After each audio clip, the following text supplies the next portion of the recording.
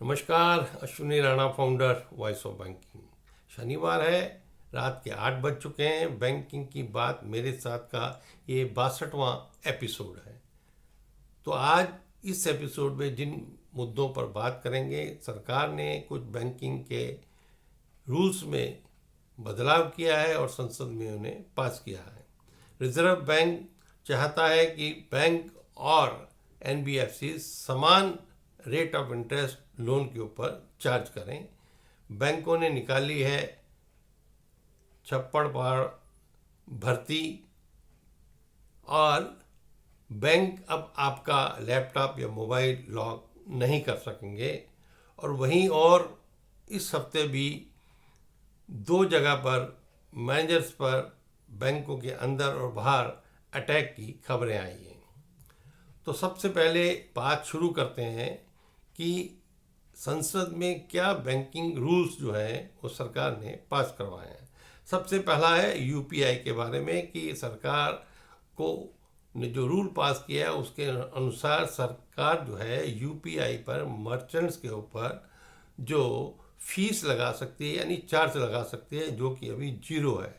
सरकार का कहना है कि यूपीआई का वॉल्यूम बढ़ रहा है, उसका जो अमाउंट है वो भी बढ़ रहा है, जिसके कारण से एनपीसीआई और बैंक्स को उसके ऊपर एक कॉस्ट आती है और उसको सिक्योरिटी मेजर्स के लिए भी, उसको अपग्रेड करने के लिए भी कॉस्ट आ रही है। तो उसको वो मर्चेंट से लेना चाहते हैं, लेकिन सरकार का साफ कहना है कि किसी भी यूपीआई इसका इस्तेमाल करने वाले कंज्यूमर से, ग्राहक से कोई चार्ज नहीं लिया जाएगा। तो उनके लिए एक बहुत बड़ी राहत है। दूसरा जो बिल पास करवाया गया है वो बैंकिंग बुक्स एविडेंस बिल है 2026। 1891 के इस बिल को ये जगह देगा, जिसके अनुसार जो रिकॉर्ड्स हैं अभी तक, वो फिजिकल रिकॉर्ड जो है उनकी जो है वैल्यू थी, लीगली वैल्यू थी। और कोई भी कोर्ट में केस होता था तो बैंक को वो डॉक्यूमेंट्स, वो लेजर्स, वो सारी तरह की तमाम जो चीज़ें हैं वो बैंक में से लेकर और कोर्ट में पेश करनी पड़ती थी। और फिजिकल प्रेजेंस भी मैनेजर्स या जो भी अधिकारी उस समय उस बैंक में उस लोन से संबंधित या उस केस से संबंधित ही उनको जाना पड़ता था। लेकिन अब उसके अंदर बदलाव किया गया है, यानी अब जो है डिजिटल रिकॉर्ड को जो है वो लीगली हो गया है, यानी फिजिकली रिकॉर्ड जो है कोर्ट में या कहीं भी दिखाने या प्रेजेंट करने की ज़रूरत नहीं होगी। लीगली हो जाएगा कि अगर डिजिटल रिकॉर्ड्स भी कोर्ट में प्रेजेंट कर दिया जाता है और फिजिकल प्रेजेंस भी ऑफिसर, मैनेजर की अगर कोर्ट को लगता है कि ज़रूरी है तो ही उनको बुलाया जाएगा।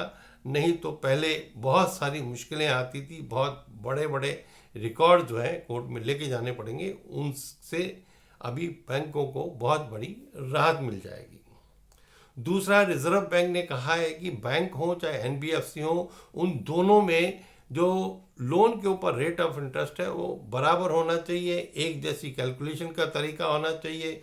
क्योंकि जो बैंक्स हैं वो एमसीएलआर और ईबीएलआर के तरह से उसको कैलकुलेट करते हैं, जबकि जो एनबीएफसीज हैं उनका तरीका कुछ और है, जिसके कारण ग्राहकों को ज़्यादा रेट ऑफ इंटरेस्ट देना पड़ता है। नंबर ऑफ डेज की कैलकुलेशन का भी अंतर है। और जो रेपो रेट लिंक लोन है उसका भी इफेक्ट जो है तुरंत ग्राहक को मिलना चाहिए, यानी कस्टमर को जो है लाभ होना चाहिए और उसको पता होना चाहिए कि क्या रेट ऑफ इंटरेस्ट है, उसकी कैलकुलेशन क्या है, कैसे वो कैलकुलेट होगा। ये सारी जानकारी दोनों जगह पर बैंक और एनबीएफसी में एक जैसी होनी चाहिए। तो एक ग्राहकों के लिए एक अच्छी अपॉर्चुनिटी होगी कि वो तय कर पाएंगे कि बैंक से लोन लेंगे या एनबीएफसी से लेंगे। कहीं से भी जहां उनको सस्ता लोन मिलेगा वो उस लोन के लिए जा सकते हैं।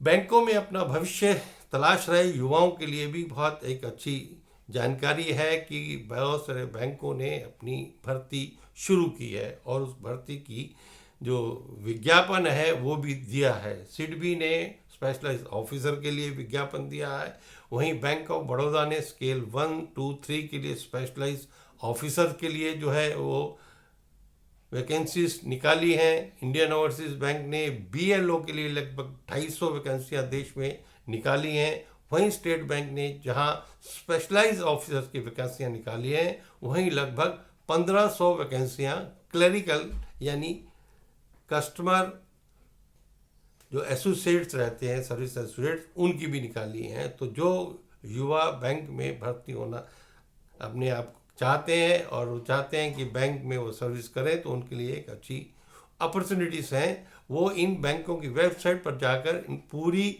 भर्ती की जानकारी ले सकते हैं। वहीं रिजर्व बैंक ने कहा है कि बैंक जो है ग्राहक का फ़ोन या लैपटॉप रिमोटली लॉक नहीं कर सकेंगे।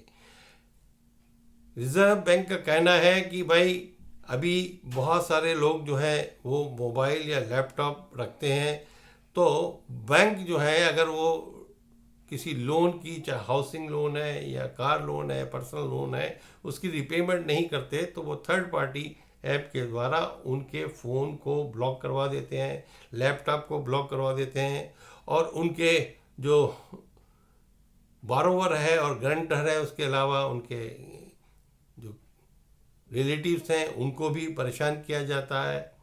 तो उस तरह की कोई भी चीज़ बैंक जो है और एनबीएफसी नहीं कर पाएंगे। हाँ, उस केस में अगर उन्होंने स्पेसिफिकली कोई लोन मोबाइल या लैपटॉप के लिए लिया है और वो उसकी पेमेंट नहीं कर रहे हैं, तो भी आप उसका लैपटॉप या मोबाइल ब्लॉक या लॉक नहीं करवा सकते। आप 30 दिन के बाद अगर पेमेंट नहीं आती है तो 60 दिन तक उसको फॉलोअप करेंगे। फॉलोअप के बाद में नहीं आता है, लीगली कार्रवाई कर सकते हैं, लेकिन फ़ोन या लैपटॉप को लॉक ब्लॉक नहीं करवा सकते।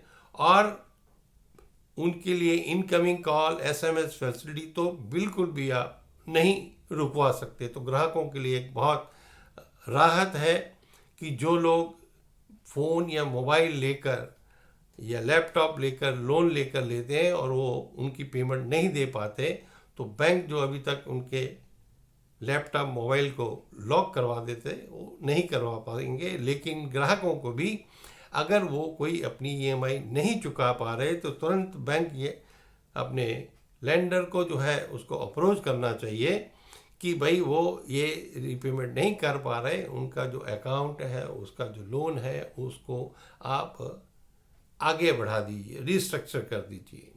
और बैंक अगर ऐसा नहीं करता और वो ब्लॉक कर देता है और वो अगर ग्राहक पैसा दे देता है और उसके बाद भी वो ब्लॉक नहीं हटाते हैं, तो उनको 250 रुपये घंटे के हिसाब से पेनल्टी भी लग सकती है। तो इसलिए ग्राहकों को जहां कुछ राहत मिली है, वहीं ग्राहकों को भी बैंकों का लोन चुकाने के लिए जो है सीरियस होना चाहिए। वहीं अंत में बात करेंगे कि इस हफ्ते फिर से 2 बैंक मैनेजर्स के साथ जो है अटैक हुआ है। एक जो बैंक ऑफ इंडिया जयपुर में जो ऑफिसर था, उसका बैंक के अंदर आकर उसके ऊपर ब्रूटल अटैक किया गया है, क्योंकि वो लोन की रिकवरी के लिए फ़ोन कर रहा था और फ़ोन जो लोन था वो एक महिला के नाम पर था। उसके पति ने उसको कहा कि हम पैसा नहीं देंगे और बैंक में आकर उस ऑफिसर की ब्रूटल, जिसे कहना चाहिए, अटैक उसके ऊपर किया है, जो कि निश्चित रूप से निंदनीय है। वहीं सेंट्रल बैंक ऑफ इंडिया की एक ब्रांच मैनेजर जो कि लखनऊ में पोस्टेड थी, उसके ऊपर ब्रांच से बाहर निकलते ही एसिड अटैक किया गया है। तो ये जो दोनों घटनाएं हैं, ये बैंक मैनेजर्स हों, ऑफिसर्स हों, उनके ऊपर ये जो अटैक है ये निश्चित रूप से निंदनीय है। सरकार को इसके ऊपर चिंता करनी चाहिए, बैंकों को भी, मैनेजमेंट को, लोकल जो गवर्नमेंट है, लोकल जो प्रशासन है, उसको भी इसके ऊपर सख्ती से कार्रवाई करनी चाहिए, ताकि ये बार बार इस प्रकार की घटनाएं बैंक ऑफिशियल्स के साथ ना हो। तो आज के बैंकिंग के बाद के इस एपिसोड में इतना ही। मिलेंगे अगले शनिवार। वीडियो अच्छी लगी हो तो कृपया लाइक करें, शेयर करें, चैनल को भी सब्सक्राइब करें। नमस्कार।